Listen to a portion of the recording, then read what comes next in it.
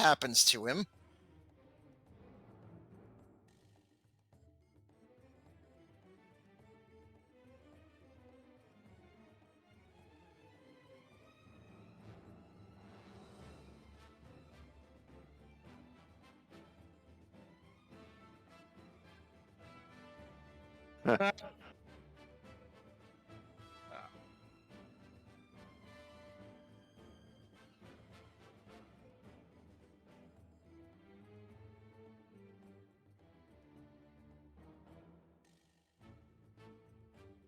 Fan service always wins. Microphone? When All numbers right. involved. Yes, we're learning that. Okay. We all made it. We're all here for the recap party, the rap party, for this campaign. 130 episodes. It's a lot. All right, I'm going to do a quick mic check on everybody before we get started, because I don't want any of this valuable insight and memories to be lost. All right, Anna Laura, doing a mic check. I got a microphone with a slash through it. Hello. Nope, need louder. Hello. Oh, do you have the COVID? No, I'm just far from the mic. Sleepy. Oh, okay. I was leaning back. All right. Oh, You're coming through, okay. Right. Yeah, I'm here. Django. Howdy. Okay, that's coming through all right. Claximus. I'm here. Okay, coming in a little low. I'll go boost you a little bit. I had you down at 69. All right. Lift. Hi, I'm Lift. Okay, it's coming through good. Captain Bubbles Jr. Not in the face. Okay, good. And Kishara. Hello. All right, yeah, coming through great. Okay. I could actually hear that little stationary bike under your desk that you're using to power your computer. So it's fantastic. These are unprecedented times with these winter storms or something. I don't know. Anyways, let's do this. So, let me turn down the music, change the music. Let me see if I can find some chill music for in the background. I mean, we could use this, but I don't know how long we want to leave this one on. Let's see.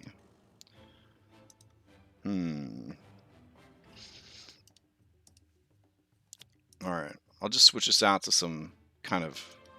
Oh, yeah. Yeah. There we go. Man, it's a little sad. That's okay. We'll talk over it. So, where do we even start? 130 episodes. We did a recap series with the 3 OGs that have been here since the first session, and that we then chopped that up into the recaps for like the first 24 episodes of the VOD collection. So I don't know if we need to revisit those in detail, but I guess as a quick overview, I was running at the time. I think I was running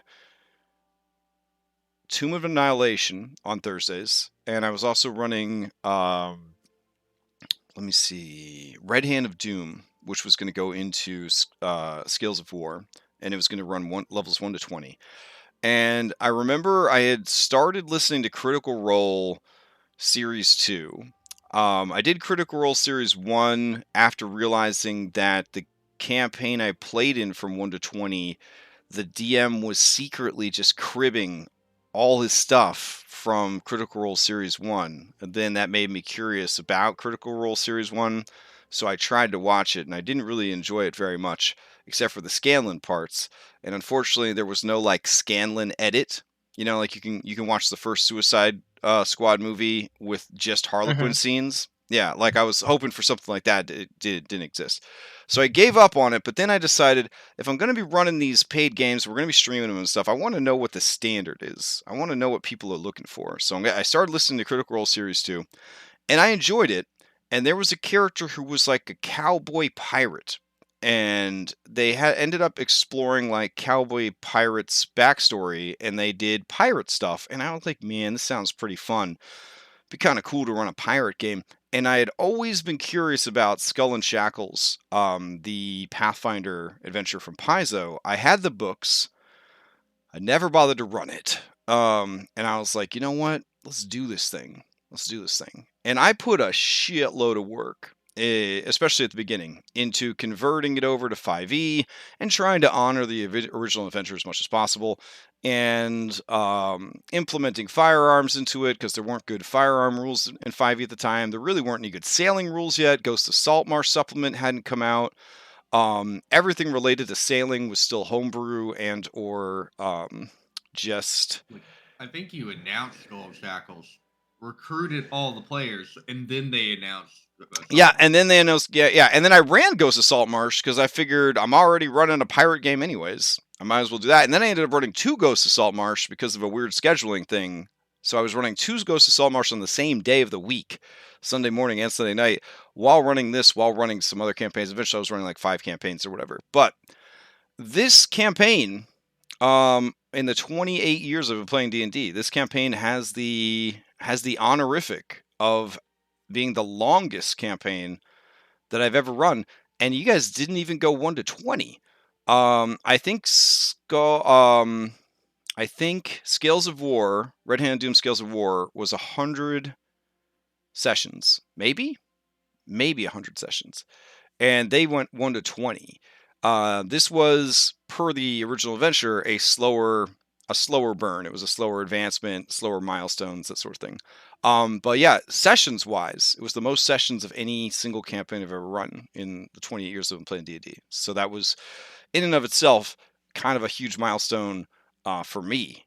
And yeah, I can't imagine being a player in a campaign that ran consecutively that long.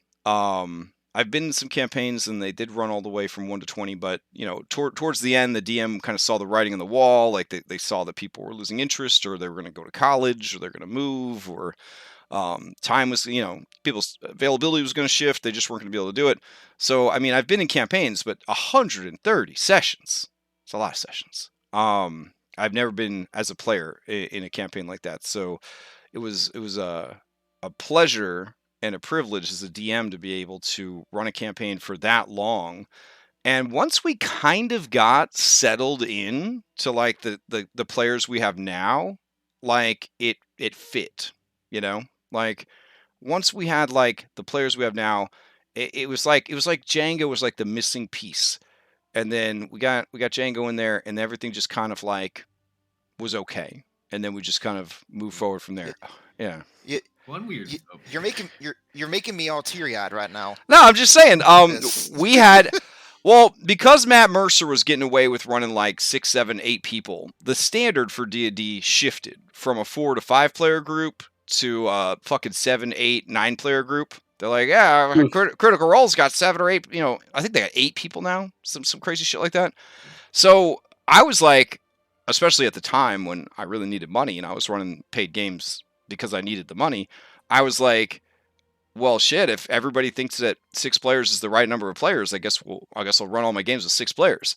I don't particularly like running games with 6 players, and we could not get a 6th player to stick around in this campaign. Like, we were going through them like every 2 weeks. We're getting like a new player 6, and yeah, like you were our last attempt, Django. I think we were. If you had not worked, we would have just dropped to 5 for like the rest of the campaign. I'm pretty sure you said that too at one point. Yeah, this doesn't happen. Yeah, it kind of worked out for me as well, because interesting thing I haven't told you before, but before I joined up with this campaign, I actually attempted running Django in someone else's Ghosts of Saltmarsh campaign. Interesting. Yeah, but that, like I've tried before, fizzled out after just shy of a month, and then I'm like, okay, this Skull and Shackles thing, fine, I'll apply for it, but if this doesn't work out, I'm done. And it did. I feel like Django is far more Skull and Shackles than he is fucking Saltmarsh. You know what I mean? Oh yeah, I definitely don't regret it.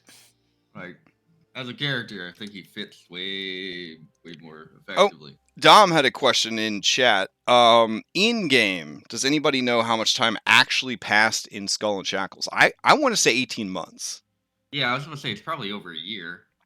Yeah, I want to say about 18 months when you count in the sailing times.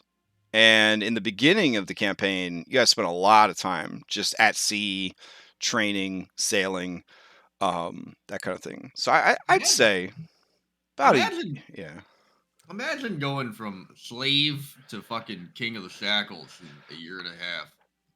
Yeah. Like narratively, I think I would have liked to have thrown some more downtimes in there. I think, like in between arcs. You know what I'm saying? Like we finish a character arc, and then like 3 to 6 months pass of you guys just being pirates, kind of deal, and then we pick up the adventure and continue from there.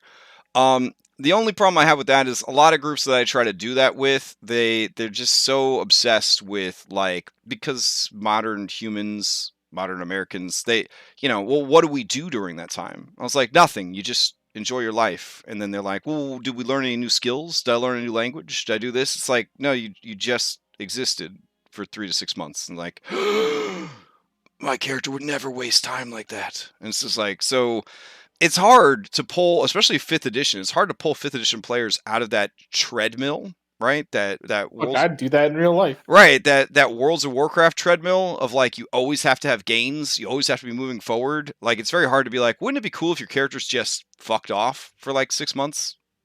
I mean, doesn't hurt anybody, right? Like, wouldn't that be kind of neat? And then you could kind of have a campaign that goes a little bit longer.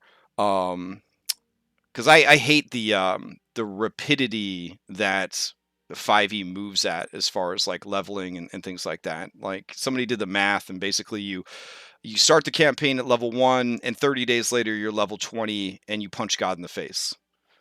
And like, yeah, I mean, I definitely prefer there being like more downtime and more, narratively more time has passed before these things happen. So I was pretty happy with, about 18 months. I thought that was a pretty good amount of time for the amount of shit that you guys did and pulled off. So yeah. And we were never super strict, I don't feel, with time. There was no campaign timer. There was no like deadlines or time limits or anything. Yeah. It was very anime.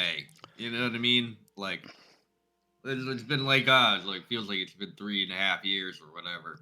Yeah, like we'd occasionally throw in a time limit for like a short narrative thing, like, oh, the Leviathan's gonna be, reborn on, 3 days or whatever, or like you've got 7 to 10 days before the Lich reforms a new phylactery, like that kind of stuff. But it was never like in the top left of the screen, like you have 24 days left in the campaign. Like there are campaigns like that. I mean, I'm running one right now that has a timer in the, that's constantly hanging over your head while you're playing. And I enjoyed that. I enjoyed this campaign a lot because it was just very chill. It was a very chill, fun campaign for me. But yeah, I thought, now that we kind of got the general, what was the campaign, like what we were doing, it was me trying to run Skull and Shackles.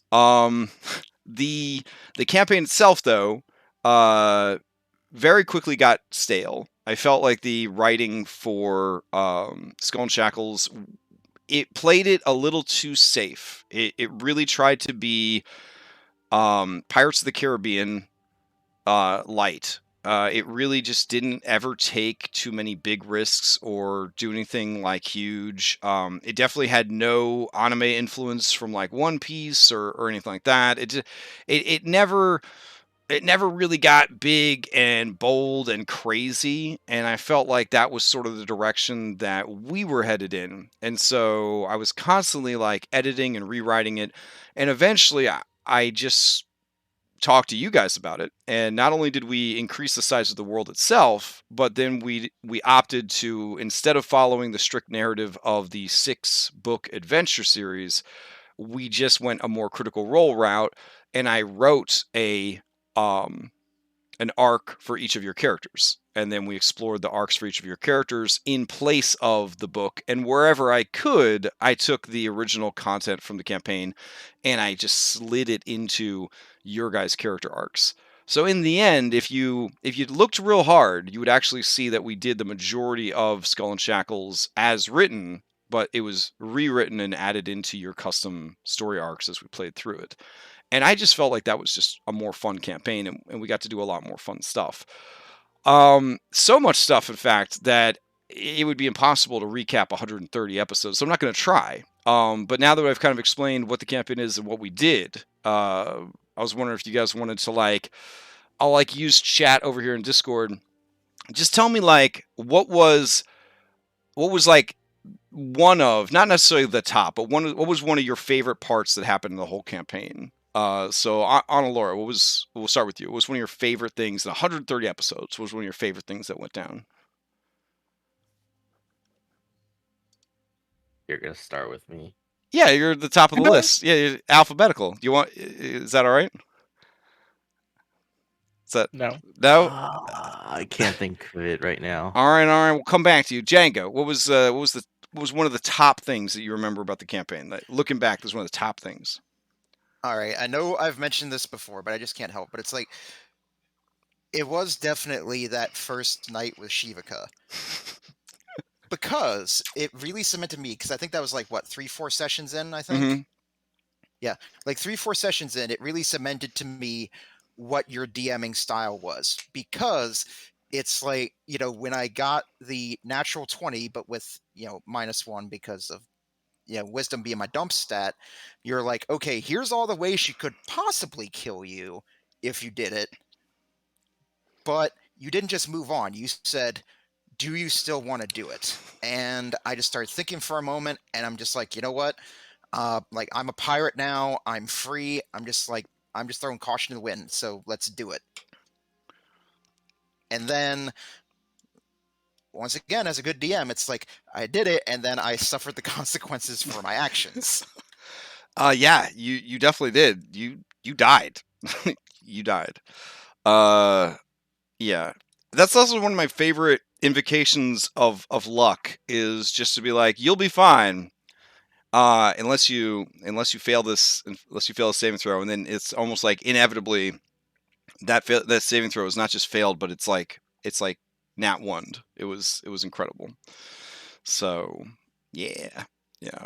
I thought that was fun too, because I was unsure how you were gonna react to that, because it was kind of a heavy-handed thing to be like, oh well, you're dead.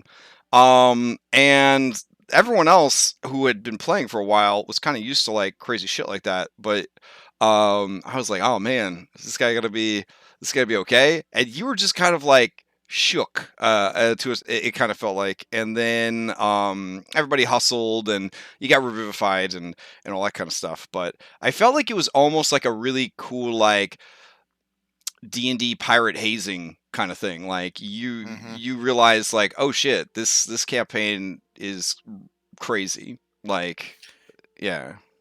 Which does remember, because it's really the impetus to the whole thing was, when Django's first meeting everybody and sees Shivaka, and she just sort of says, I like your hat, which I assume just from you is just an offhanded thing.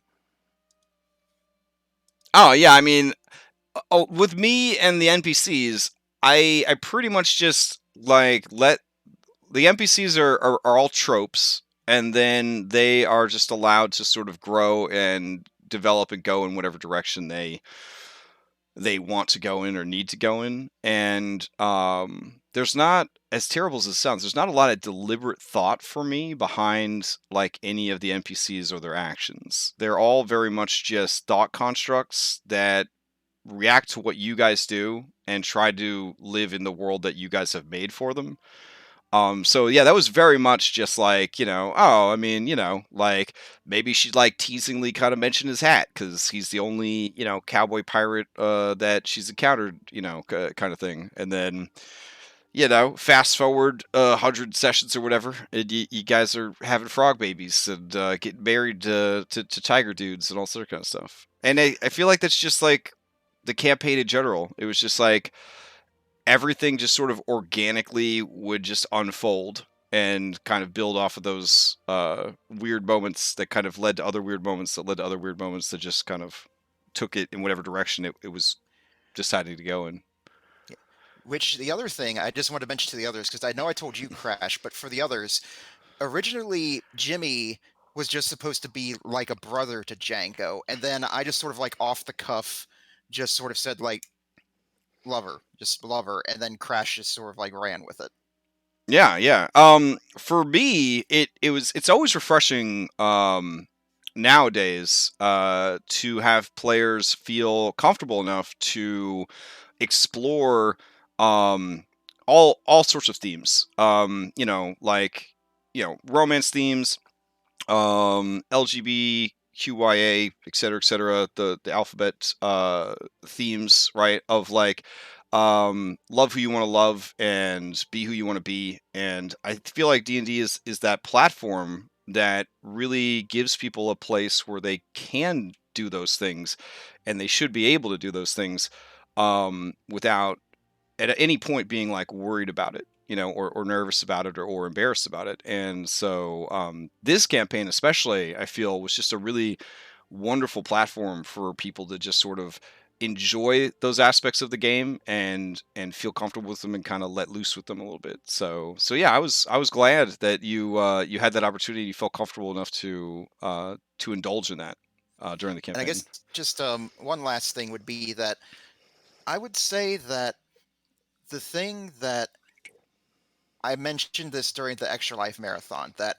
I would say is very much something I've seen in all of your games that I've watched is that, and this is something I appreciate, anyone who comes in your games, any character going in is never the same coming out. And I appreciate that. Extra Life is the most extreme example of that, but yeah, I follow you. Absolutely. It's funny you say that because we had a dude last night who now has a giant snake for an arm. So it's 100% true that you start one way and you finish another way. There's good memes about that, like where you start as you had this idea for a character and it was this total joke or meme character, and you end up like the most hardened Geralt of Rivia serious character by the end, or you started with the super serious character and you walk out the other side as kind of a meme character. That's one of the things I love about D&D is that it's an organic platform. So you could try your best to make things happen the way you want them to happen, but when you have a D20, that's a big spread of numbers. When you have a D20 involved, and you have other human beings involved, and you have random tables involved, and all this kind of stuff, you can't become too attached to any one particular thing or way of things being, because you have no idea what's going to happen. So, yeah, and I really appreciated how flexible you were with all the crazy stuff that happened. All right. Conti, what is you and Claximus, and you're looking back at the campaign? Like, what are your top moments? What are your favorite things that happened in the campaign? Prison Break. The prison break. Oh my god. That was a good one. The introduction of Thug Roll. That was so good. Thug Roll. Oh my god. Plus all the guards just getting like bodied by people they had in prison for the longest time, and all of a sudden they're getting just completely bodied by them. That gust of That was wind. funny. A great example Hilarious. of everybody, even people. We've been playing D&D for years. We've played D&D for years. 5th edition for years, and we just like fucking collectively Mandela effect ran the gust of wind spell completely wrong. Turned it into the most OP like Dragon Ball Z shit of all time, and it was amazing. It was absolutely amazing. That was Honestly, fantastic. We just added. All we did was add one effect, and that effect was if they failed their saving throw, they got pushed back again. Yeah, that was the only thing we changed about the spell, but it's completely fucking different. It was amazing. Yeah, there were so many guards just trying to come through, and then like we just left. We just ended up leaving. I was crying, and then Terry with Thug Roll. Anytime I caught my breath, Terry would say something as Thug Roll. Especially, I think what Terry just said. No, it's Thug Roll now. I mean, I was just like, my body hurt. from like that session, from just like laughing so hard at that session. And I also love anytime a long ongoing series does an episode where they focus on the non-main characters. I love that shit. So I really love that you guys jumped into the NPCs and took those characters, gave them even more life than they already had, and just embraced them and played them. I just love shit like that. I love when the narrative of a very long ongoing story says, hey, we're gonna take a break from these 6 people and we're actually going to look at what these people are up to. And that was such a great session because it did that, and it was just really, really fun. I think that's one of like the really strong factors of Skull Shackles, though, is like the fucking like how many NPCs did we have at the end? Good You know what I God. mean?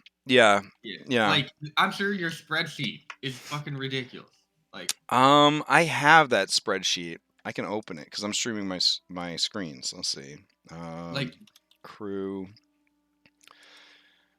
like I also appreciate early campaign on Alora was so meticulous because they were heavy duty into D&D. They made this beautiful ass spreadsheet that tracked like the number of gems you had, the type of gems you had. Like it was some good stuff. It was some good stuff. All the stats, creatures you located, lore. It was amazing. For a while, actively swapping out who the B team people were. Oh, it was just amazing. But by the end, we had, let's see, 106. So if we don't count the heroes and we don't count a couple of dead cells, we had about 96 B team members. and something to keep in mind with this. These are named fucking characters. Yeah. Like, they each has a name. Like, I'm sure if we point at one and go, Barrett, what's that person's voice? He'd have to go back and figure out what that voice was. Well, I actually have a spot in my document normally. Normally I have a field that says description. Yeah, here we go. And that gives me an idea. That these are the tropes I'm talking about. So Ambrose Fish Guts Croup, I have drunk uncle. Yeah, and then Drosha, I have jealous and stoic, but she never really needed to get jealous because after you realized that she was really capable, you just kind of gave her whatever she wanted, so she never really had a reason to be jealous. But she stayed stoic the whole time. Fifth Shumlet was a bully and an ass kisser. Owl Bear, we're not going to talk about the keyword for that. I'm going to just scroll past that one. Okay. Oh man, He was a simple man. He was a simple man. 2000s word. Yeah, it was a bad word. But it was kind of taken from the original adventure, where he wasn't even an ogre. He was just a man with Down syndrome. So it was pretty. Oh God, really? Yeah, the original adventure of Skull and Shackles had a lot of problematic elements. If you will recall, the captain had like a 12-year-old cabin girl. I mean, it was some awkward stuff. Shivaka, I only have ex-slaver. Shivaka kind of developed all by herself. Like from that ex-slaver, that was the only initial description I had for her. But yeah, you can kind of like scroll through. Striker Bitch was just thug. That's all I had for him initially. Well, they said Australian. Yeah. And some of them didn't have anything because their name was everything they needed, like Pigo and Alphonse. Like they were exactly what it said on the can, kind of thing. But yeah, it was really neat to kind of go through. For Jimmy, it says description, just a total badass. I mean, that's pretty accurate. Yeah. So you could probably add a himbo in there, but that works too. I guess he was kind of a himbo. Yeah, a little bit. Uncle B, it just says hype man. So yeah, that was like I would just go through and just when the NPC was there, if I knew in advance the NPC was coming, I would often just randomly give them a trope, and then if I didn't know, it would be whatever random ass trope I went with off the top of my head, and then after the session I would kind of write it down to remember. Nowadays, Foundry has like a module where I can open up the character sheet for any NPC, and there's a record button on the top left, and I can actually record some dialogue for that character. So I could actually record, I could actually record like Shivaka saying some like lines or like catchphrases or whatever. And then if it's been a while since I played a Shivaka, I could actually hit the play button and it would play Shivaka's, voice for me so I could remember it. What an amazing feature. That's cool. Yeah, it's super cool. I mean, by the time it came out in this campaign, I really didn't need it anymore. But I do use it, for some of the other stuff. Because it's very helpful if you call on an NPC from 30 sessions ago. I could just kind of hit the little play button and boop, plays their little clips. So that's kind of cool.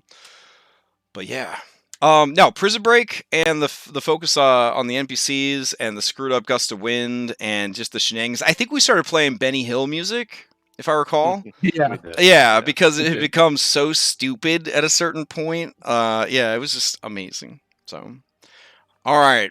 Lifts. Looking back 130 sessions, what's one of your fondest memories? One of the things that you remember the most from the campaign? That's a tough question. There's so many moments. I'll give a specific moment, but it's more of a theme, and the theme was fire. And how that all developed was it was super cool. And me being a newer D&D player, the first instance, like I think it was the first or second game we played, we went into some old ruin and we're fighting something, and I cast some kind of fire spell, and I realized quickly shit burns because things burning around and all the wood falling apart. So I guess the best moment that goes with that is the Opera House. Oh yes, Oh, for sure. Oh my god. And oh my god. That's after I'd learned the lesson. Yeah. But part of me's in lift because I totally forgot it and I'm gonna throw this fireball. Well, fuck, the whole place burned down. That whole town was like a lift fiasco because you had also murdered a hobo wizard, and then I think you either hid or you ate his body as a bear, and then you bear Zeppelin floated across the city to escape. It was some shenanigans in Little Apara as lift, and then you caught up with the party. And they were eating, and you were like, "Nah, I'm already full." I think I'm remembering all this correctly, but it was wild. It was a wild time on Little Para. But the Opera House, a lot of adventurers burned down a tavern, but to burn down a famous opera house, I mean, it got out of hand real fast. And then and then summoning the Dracolich in the middle of the Opera House, on top of everything else that was happening. And then the Final Fantasy VI crossover with Tentacala showing up. And it was a fucking cluster.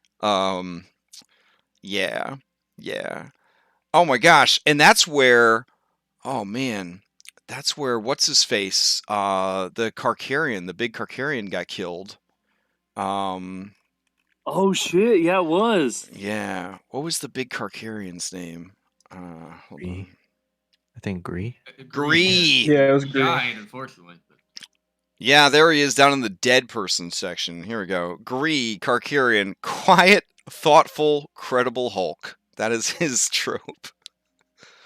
Poor Gree. Oh man. Yeah, that was wild. And then your first encounter with the were-rats, which then led to that whole thing. Oh my gosh. Yeah, the Opera House was definitely a big turning point.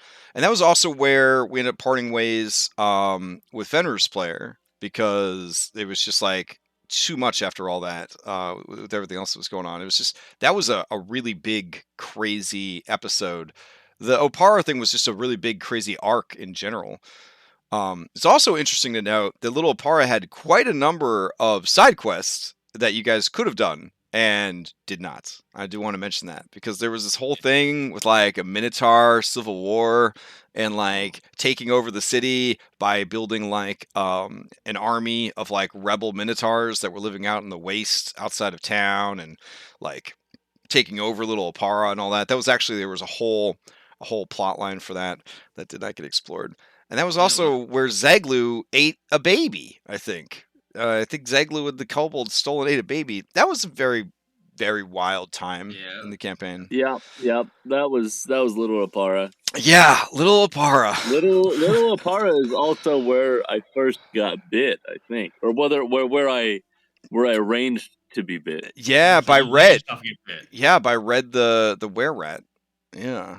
And then you guys left Little Para and actually did real piracy, and that was kind of hard because you guys were real assholes, as pirates do, and you just shook down all these small communities all along the coast, and doing real pirate stuff. I couldn't tell if you guys lost your taste for real piracy and were like, I guess we'll get back to anime hijinks or what. But we did a couple of weeks there of just mean ass piracy right after Little Para.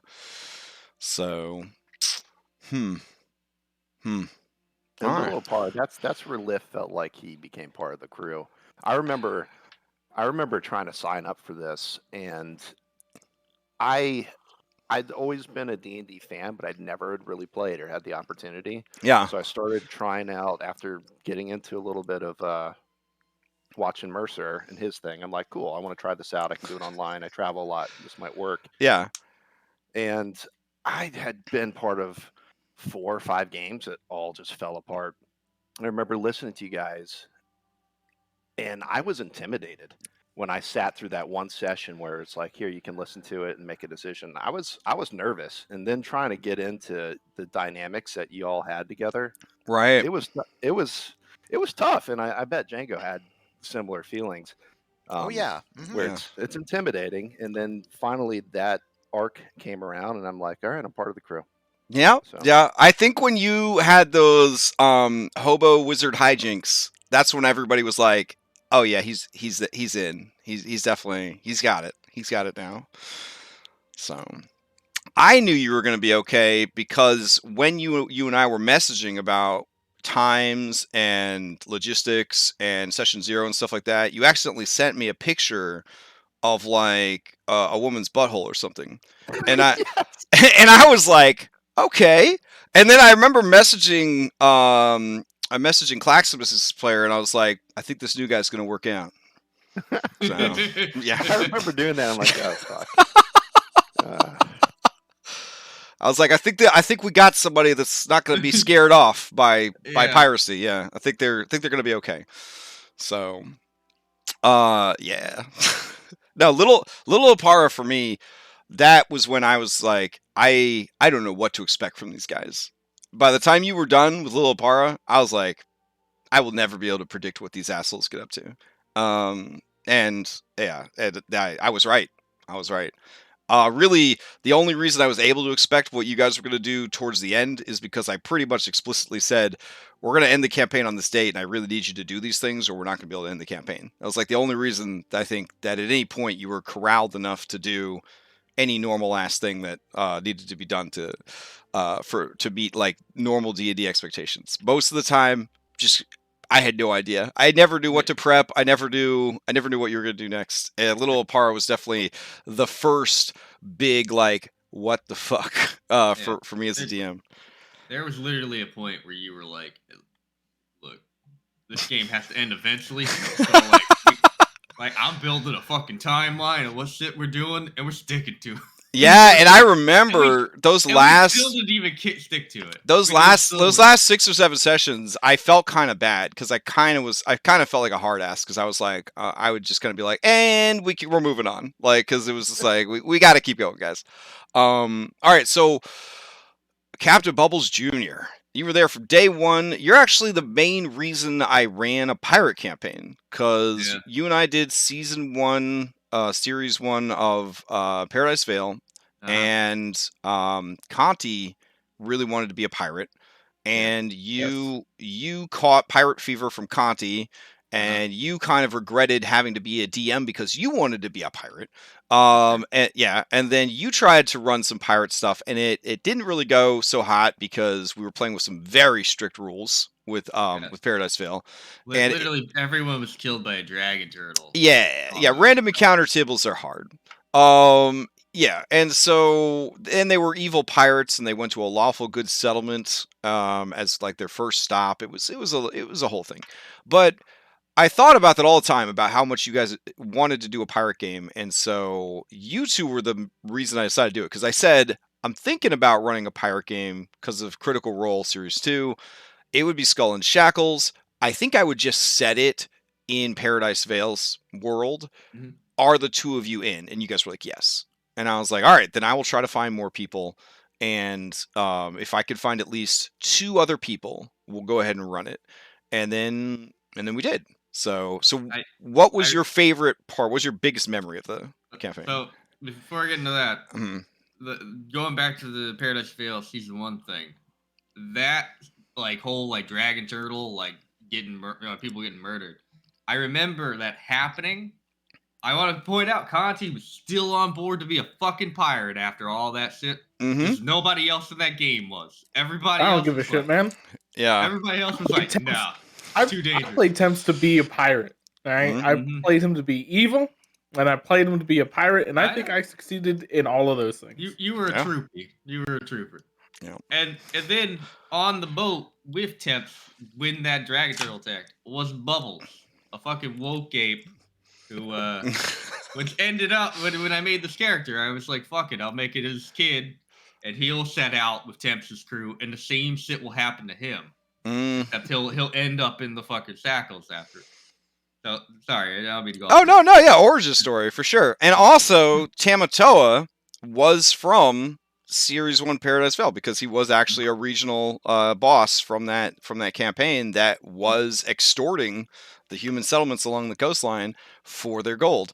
So yeah, there was some Easter egg tie-ins, I guess, with that homebrew shit we had done in way back in the past. So it's literally me, Conti, and like Ryan, who kind of remember yeah. at this point. But so my favorite parts, I'm torn between 2 instances. There's Zaglu, Zolnos, sorry, Zolnos getting his head blown off by your fucking NPC. Right. Super Yeah. early on, right? And then there's dropping mitts on the on Candyland. That was my runner-up, by the way. Yeah. Right? That was my runner-up, but yeah. Like it was just so dumb. It was so dumb. Like both of them were really dumb. So my runner-up was definitely Primal Bubbles. Oh, That was awesome. That was awesome. So I didn't even have to play. I just had to watch. That was the greatest thing ever. So the guiding bolt, the Sandara Quinn guiding bolt, killing Xelnos. That was wild as hell. That was when we were still using the Nord Games extreme crits cards or whatever, and it ended up being a 4 times max damage 2nd level guiding bolt, and it did so much damage that they just died, and they just died, and I was like, okay, guys, we can. I don't normally do takebacks, but like I'm the DM, and this was supposed to be like a fun, like PvP. Like, hey, we're fighting to figure out, what to name the ship. I'm not gonna kill your character all over some bullshit dice roll during a, we could. And even the player who has head blown off was like, no, we're doing it. It stays. Nope. We're not taking it back. I was like, I felt terrible. I was like, oh my God. And I felt bad because like Xelnos never bounced back after that. Like Xelnos tried to play like another character. He just couldn't get into the campaign after that. And he just ended up dropping the campaign. But like, I feel like I killed that guy's love for Dungeons and Dragons. Like, that's an RPG horror story for the subreddit right there. Because like, well, man, like the thing is too, it's such a turning point in Skull and Shackles. It's like a movie where like the leader is like super smart and competent, right? And like they're like, don't worry, guys, we're gonna take this shit down, and then they die immediately. Yeah, with Captain Zolnos in charge, anything's possible. And then his head, and then like 5 minutes later, his head gets blown off. Yeah. And like I fucking wish we had that on stream. Like I fucking wish so bad. I think we were all stunned to silence, honestly, except for like evil cackling from Claximus in the background. I think we were all kind of like stunned. Yeah, I think we were all just stunned to silence because I mean, I flipped the card over so everybody could see it, and it was like, there it is. I remember you flipping it over and you going immediately to, non-lethal. It's non-lethal. And then like Onalora's like, magic can't be non-lethal, and you're like, shut the fuck up. Yeah, it Non-lethal. was real bad. It was real bad. But I felt like it was. Yeah, again, you say it was like one of the biggest turning points of the campaign. It was. I mean, if you're tracking like the timeline of the campaign from that moment, a completely different story branched off than there was before. Because like Sandara before that was a very different character, and after that, like she was kind of Up for a long time. she was super fucked up until she got eaten by velociraptors. Honestly. Yeah, like she wouldn't use magic, and if she would crit with that fucking guiding bolt, like she would freak out. Yeah, because that was before you guys unlocked B Team in this campaign, so she was actually on the line, on the front line with you guys, fighting and healing and like being at risk or whatever. And yeah, I mean, it definitely impacted her, and it actually led to one of the only moments of tenderness displayed by Annalora in the entire campaign, because Annalora went to check on her after that had happened. It's one of the only moments in the whole campaign where Annalora was like gave emotional care and support to like another person. Yeah, well, there wasn't 100 extra sessions of us pestering Annalora for shit. Oh yeah. But I still remember that as being a very tender moment, and kind of a very like it always stuck with me, like that moment from Annalora, as she became more and more like aloof and detached and distracted by her work. I still remembered that humanizing moment that would never have happened if we hadn't had that crazy scene. Yeah. So yeah. Yeah. Man. So it like I said, I'm tied between that one and Striker Mitch being turned into a whale that dropped on a house. Fair. And then we resurrected him into a slime, which is like the worst fucking thing you can come back as. So we had to kill him again. Well, we'll circle back to Whale on a House if it is not brought up by Kishara or Annalora. So Kishara, what is your you started with one character, Chicane. Chicane didn't actually die. You just didn't enjoy playing a Celestial Warlock and then asked to change characters. So and then the reason I played a Celestial Warlock in the first place was because it was like 2 sessions before I joined when Sandara got killed by velociraptors, and so when I was talking about joining, you were like, "Well, they just lost their cleric." Oh right, yeah. Okay, maybe I need to play some sort of healer, and then Celestial Warlock had come out not long before, and so then I started up as a Celestial Warlock. And then Fafnir was like one of the only characters that Chicane had really connected with, and so I was just gonna like swap out Chicane's life for Fafnir's life if he was down for that. Mm-hmm. But then that was the time where Salem was going through a bunch of stuff and didn't want to hang on. But that was originally the plan. Yeah. And then Zeglu got thrown in there, and one of my favorite memories is the same thing that happened to Django. Basically, is all right. Make your save. Fucking terrible save. Okay, you're dead. But when I was changing into a were-rat, that was something that happened. I remember that. Yeah, and then he just got fucking annihilated because Django was too busy looting the tomb, and so he got swarmed by an unending amount of zombies and mummies.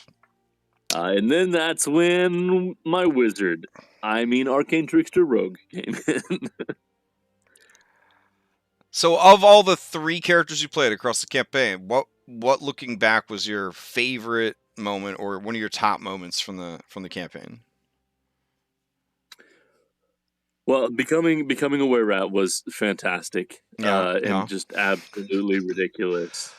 Also, when it was revealed that Kishara, at the time Snuggly, wasn't actually a wizard after I'd been pretending to be one for like 2 months, that was amazing. Mm-hmm. I remember talking to Barrett. Awesome. That was awesome. And Barrett was like, he said that he bought character art for like his fake character, So that way it would throw you guys off more. Right? Honest to Which- God, which because worked. I was doing that special or whatever, where if like a certain number of people went in to get yeah, character art, it would when be when Clara Fang first started doing character art for D&D characters, and I was like, I very rarely haggle. Like I very rarely haggle, but I was like, look, I got a lot of people on my server that want character art, and I you know, you're doing these like things. What if we did like a batch, like a huge batch, like 10 character arts? Like, would you give us a discount kind of thing? And she agreed to it. Which, you know, she probably regretted it, but she got, you know, her portfolio filled up real quick. And now to this day, people still get her to do like character art all the time. For way more than the special that we had at the time. But yeah, when you signed up for it, I was just like, oh, okay. And then when I saw that you had gotten your fake characters art done, I was like, oh my God. Like, he is so committed to this shit that he just paid So real money. He paid real money for his fake character. Like, I was like, damn, I'm going to do whatever I can to support this endeavor. Now, Roll20 was definitely trying to rat you out the whole time.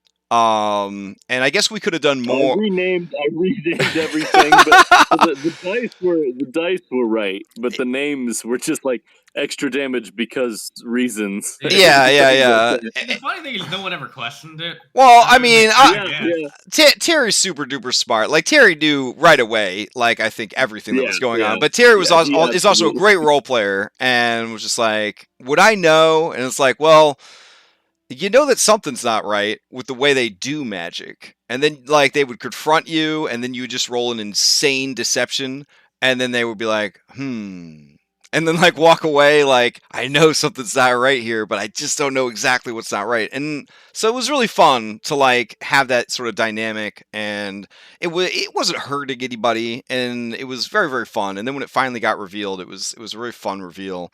And I did really appreciate the amount of effort you put into keeping it going, because, you know, not a lot of people play smalls in D&D. And when people play a gnome, they either play it to be a gnome, or they play it because gnomes are actually statistically powerhouses.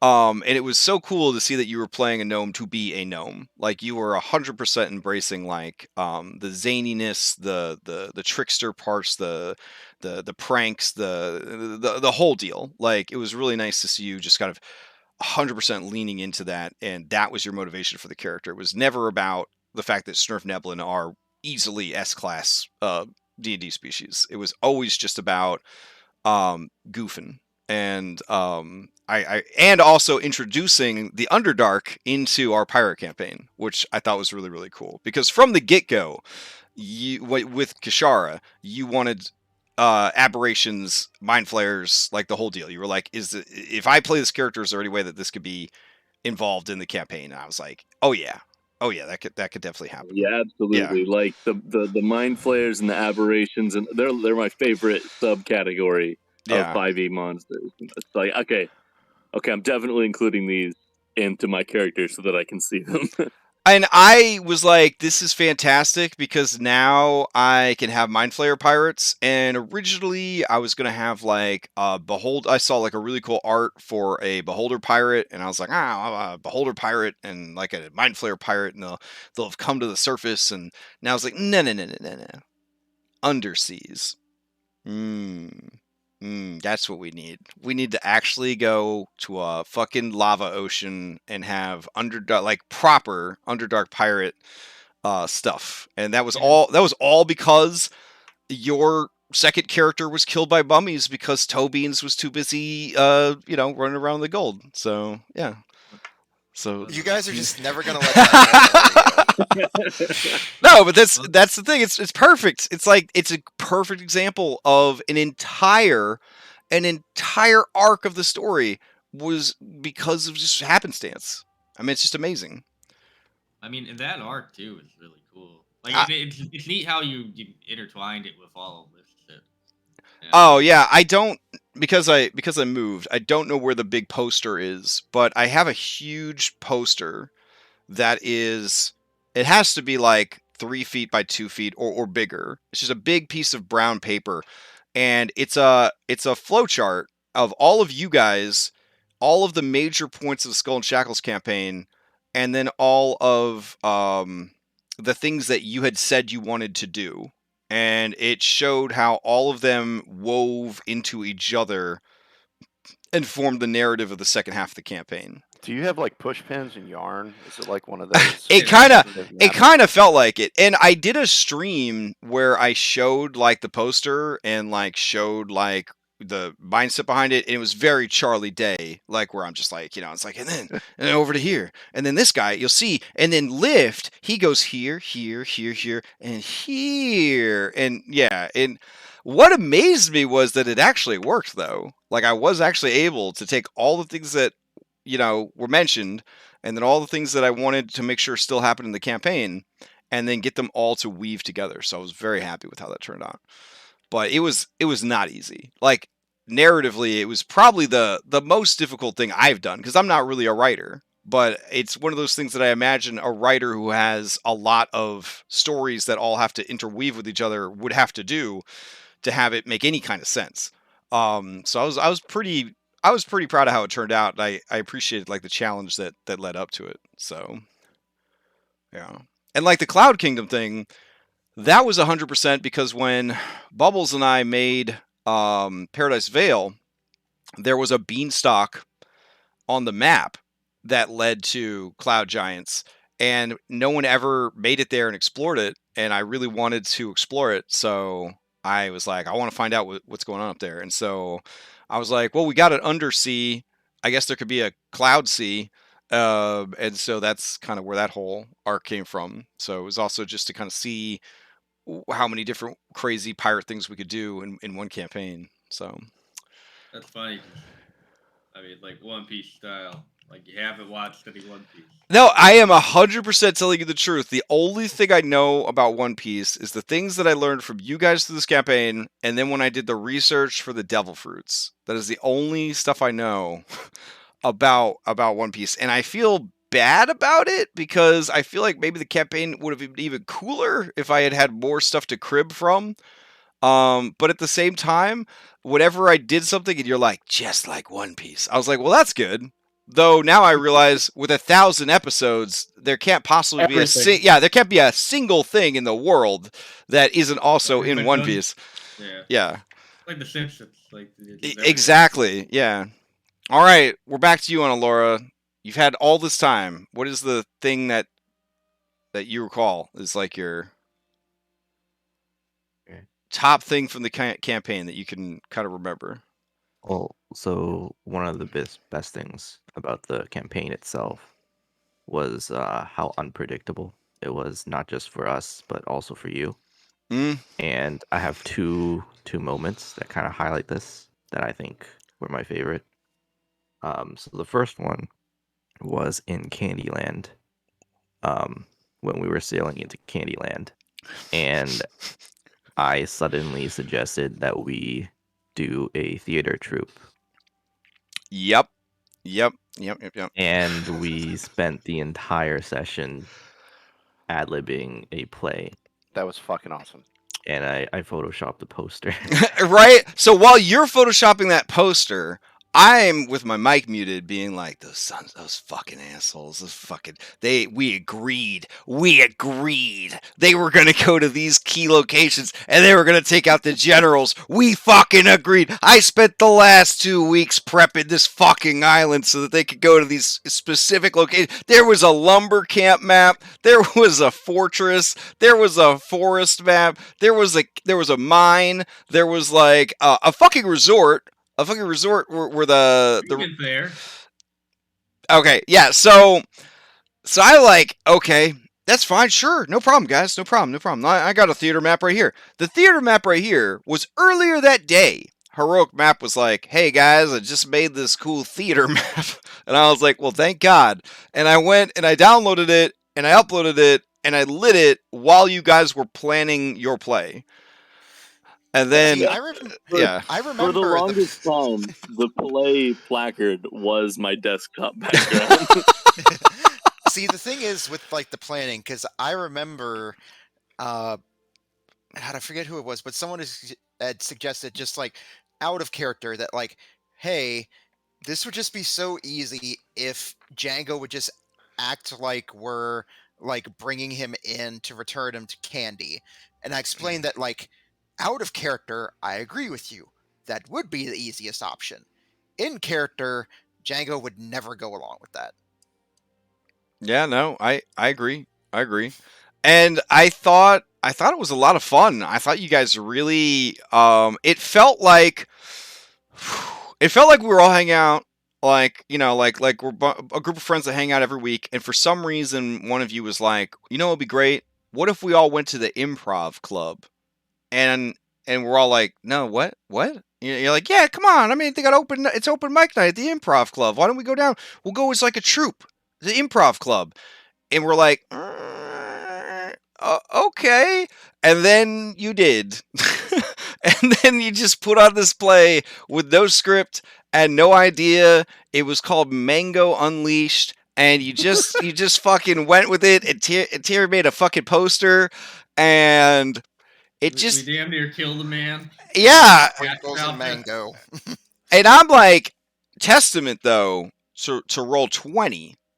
I could not have pulled that off as quickly or as well on Foundry as I did on Roll20, because Roll20 has a feature called Image Library where you can actually search for any images that I think any users have used before and just grab them and throw them in. I don't know if they've changed that feature, since then for copyright reasons or whatever. But at the time, you basically could search the web through Roll20, just grab an image and throw it in. So any prop that you guys made up, I was able to just throw it onto the map. Nowadays, it would have been like a couple of extra steps to like get the file, put it into Foundry, all that kind of stuff. But with Roll20, it was honestly like the perfect situation, because no matter what you guys were asking for, you're like, oh yeah, and then we'll need a tree, and I'm like, bam, tree, and you're like, oh, we need a boat, and then we put a boat down, and just like whatever you guys come up with for props, we'll just do it.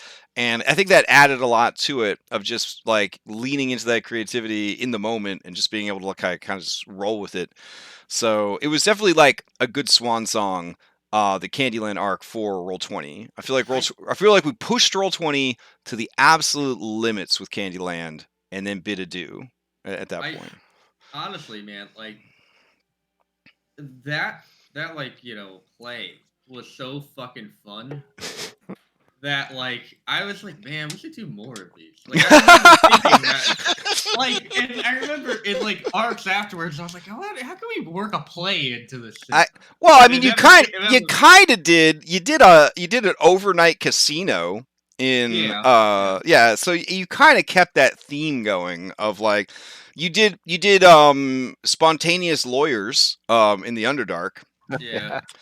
Yeah, so so we had moments throughout the campaign after that where you guys suddenly were just put into these improv situations essentially. I still vividly remember doing my lines with Django, feeling slightly uncomfortable, and then being like, "Fuck it, this is fun," and rolling with it. Yeah, it's like Sprinkles. Tell me how much. Speaking of, that was. I don't know. It's like, I don't know if that was like the stupidest or the smartest thing I came up with, because think about it, right? It's like Jimmy, and Jimmy's is like a regional dialect for Sprinkles. And that's how that came to me. Yep. No, it was good. It was good stuff. The most pirate swindler fucking thing ever is the fact that you're like, all right, we're gonna pretend to be fucking theater folk. You know what I mean? Oh yeah, when I was a kid, because I'm super duper old, when I was a kid, they had the movie Willow, and that was like, before I knew what Dungeons & Dragons was, I knew what Dungeons & Dragons was because the movie Willow existed. It's about a halfling, and he's got to save a magic baby from a witch. And anyways, there's this guy, Mad Mardigan, and he's a fighter, but he's like a trash fighter. He's like a garbage fighter. He's basically a fighter thief fighter thief multiclass. But he is like sleeping with this big barbarian dude's wife, and in order to not get caught by the dude, he dresses up as a woman, and he has apples tucked in his shirt for his boobies. And I'm a little kid. My parents didn't censor anything that I watched. I'm a little kid. I'm watching this. And, the barbarian dude starts grabbing at his boobs, and then the apples fall out. And I lost my shit as a kid. I thought this was the fucking craziest, funniest thing I'd ever seen in my life. And yeah, of course, yeah, you gotta throw a fucking play to convince the main bad guy, the super suave, extra dimensional slaver, that you're an actual theater troupe. Of course it works. Of course it works. There was no chance it wasn't gonna work. Yeah, it was just amazing to like. I love that stuff in D&D when it's not just a combat solution. I just it was fun.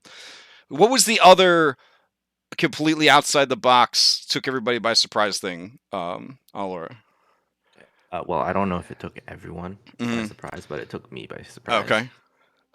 So on the other spectrum, when you surprised us, because I usually try to think about what's how it's gonna conclude and stuff. Mm-hmm.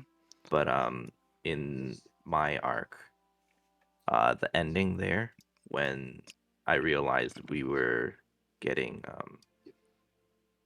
what's her name? Keptar.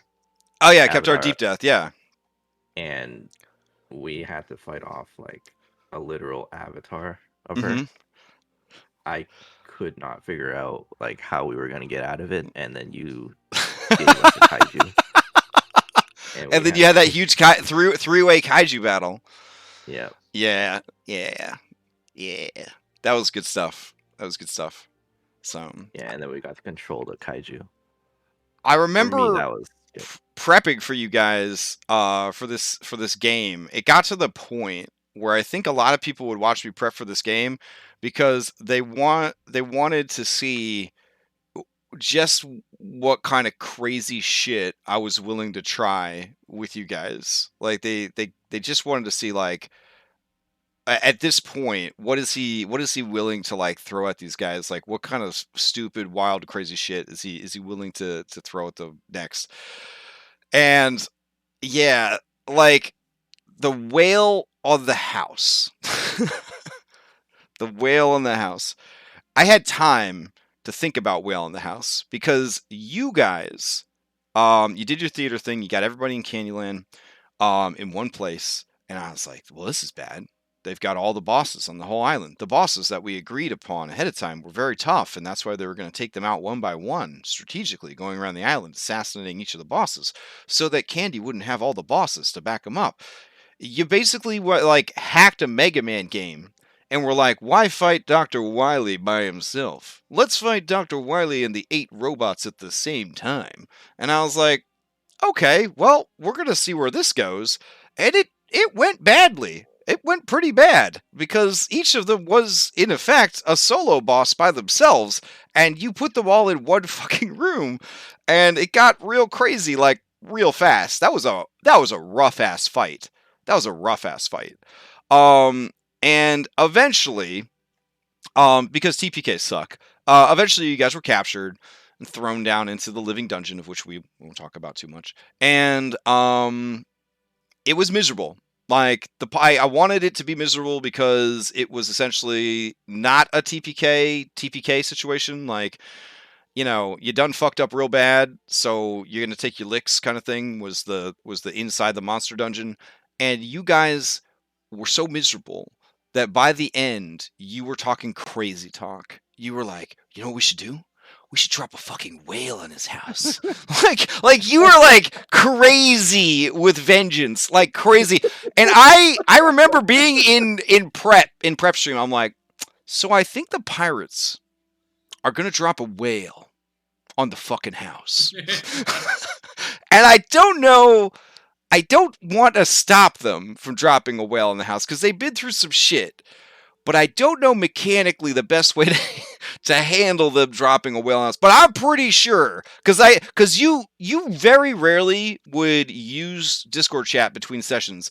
But when the idea of dropping a whale on the house was introduced, a fire was lit in your imaginations and in your hearts. You would not stop talking about dropping the fucking whale in a house. And I remember on stream, I'd look over at Discord, I'd be like, yeah, they're still talking about it. So they're definitely going to drop this fucking whale on the house.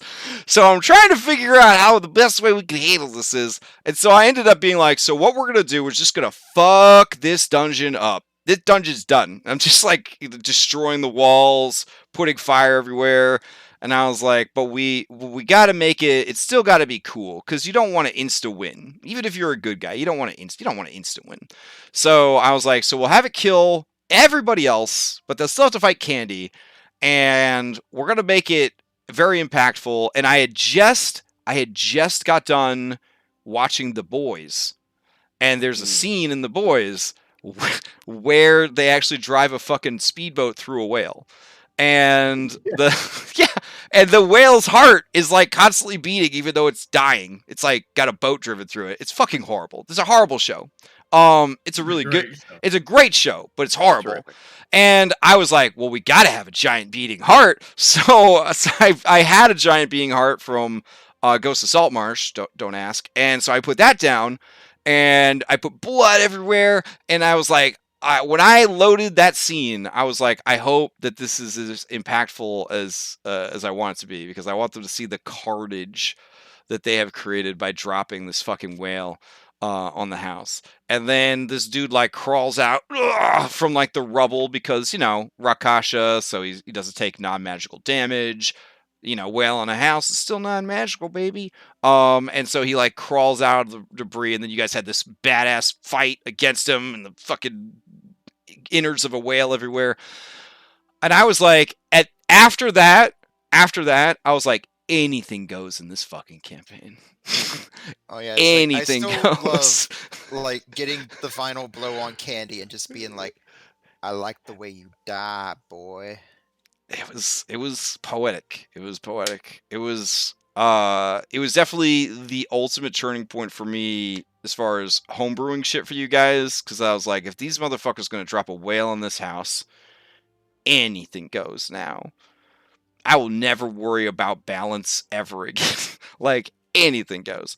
And what I did appreciate is that you guys, I talked to you. I said, dropping a whale in the house, pretty cool, but you don't want to drop a whale on everybody, then it's not cool anymore, blah, blah. And you guys, to your credit, you never dropped another whale on anybody ever again. It was really expensive to do it. Well, you did drop a level 9 tsunami on the final dungeon, so yeah. That's different. Yeah, but it didn't have the impact of the literal impact of dropping a fucking whale on a house. The whale in the house was fantastic. So We also dropped an airship on Not a woman, yeah. Yeah. Yeah. That's like the upgrade, yeah. Like that's the upgraded version. Yeah, but like she really deserved it also. Yeah, She did. Yeah. And talking about insta win, I remember like you were like, yeah, insta win doesn't feel good. That felt pretty fucking good to me. I don't know about you guys. Yeah.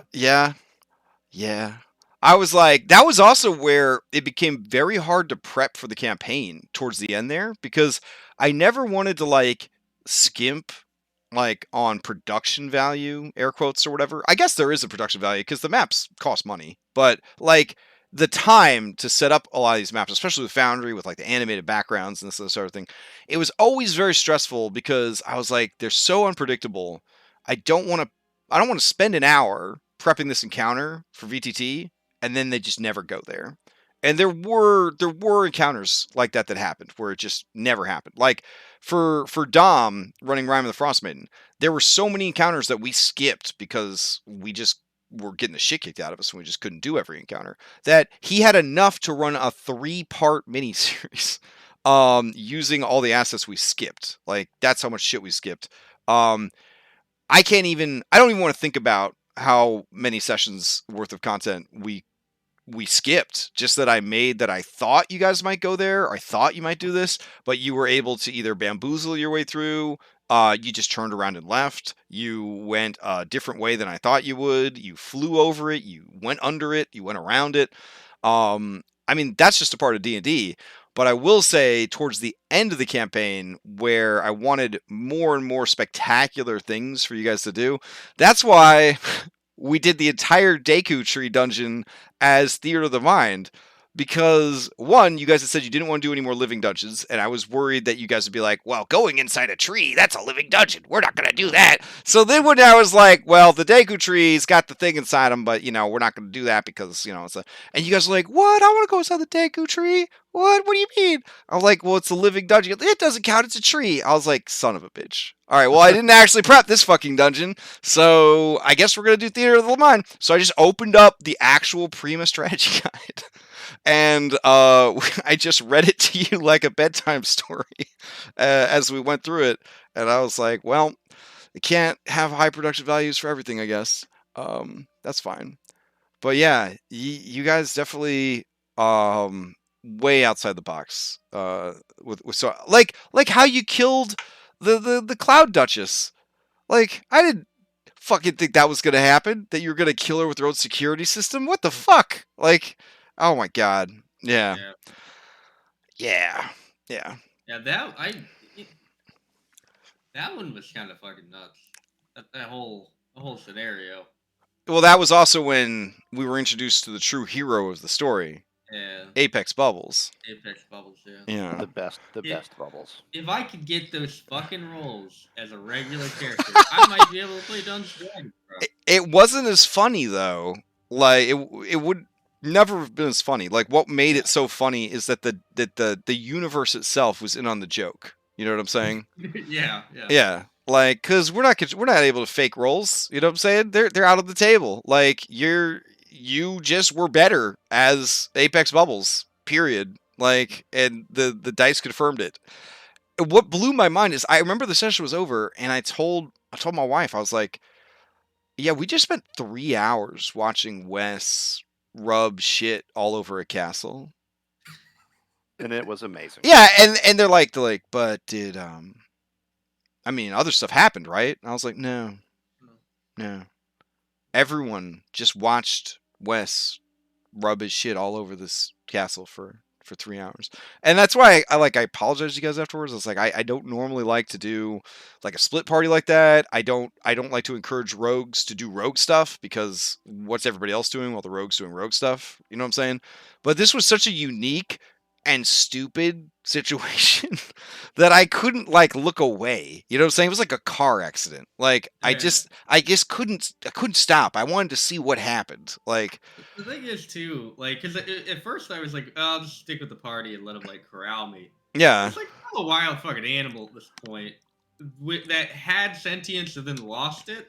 So there's that sense of independence. You know what I mean? Yeah. Also, that Flowers for Algernon shit. You know what I'm saying? Yeah. And so he was like, "No, fuck you! Like, I'm gonna stick around. Like, I'm gonna go do it." You know? Mm-hmm. Dude, it was epic, and everybody loved watching it, and that's why it worked. It's just, you couldn't do that every episode. No, yeah, like amazing. one out of 130 episodes being watch Apex Bubbles go literally ape shit on Cloud Castle. Okay, yeah, like we'll see what happens. Yeah. Yeah. Man. And then of course it fucking comes back around, like, you know. all the wish spells get fucking ripped away.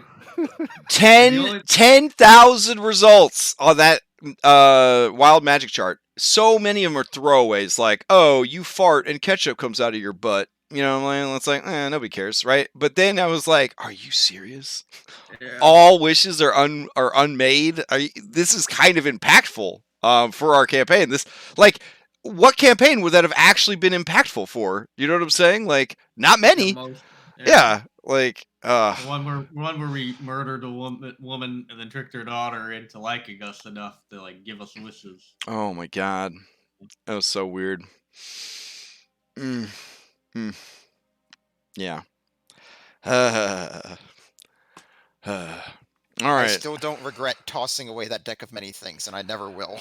Okay, so you I guys felt more guilty about that whole thing. You guys and tossing shit. Like, one of the scenes I love the most, I was like, these guys care so much more about their character style and flavor and role playing than they care about being optimized. Like, this is the perfect example.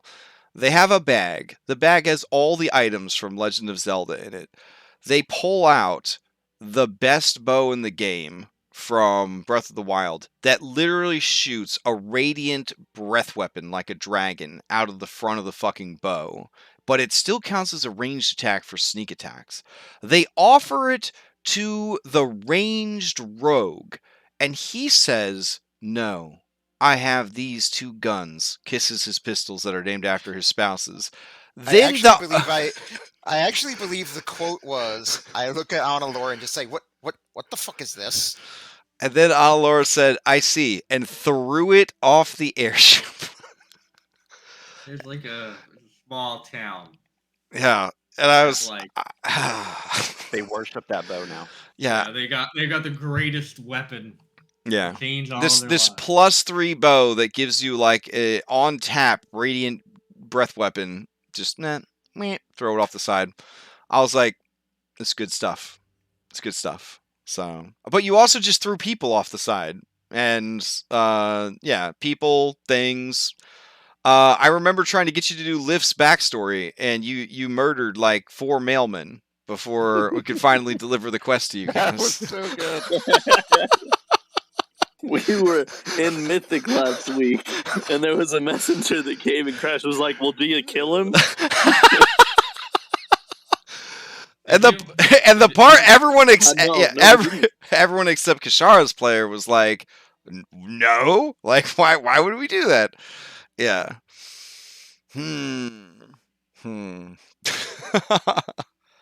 All right. So we're at 90-ish minutes. I could go a little bit longer if you guys want to. It is 10 o'clock at night, but we don't really play D&D until 11.